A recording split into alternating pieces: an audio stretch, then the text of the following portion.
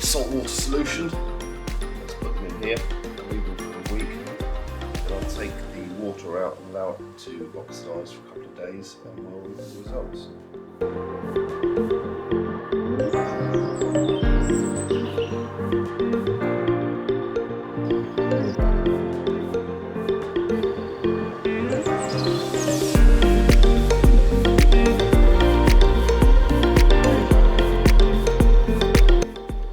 So here's the WD40. You can see there's quite a lot of oxidisation on the nail and the screws quite badly rusted.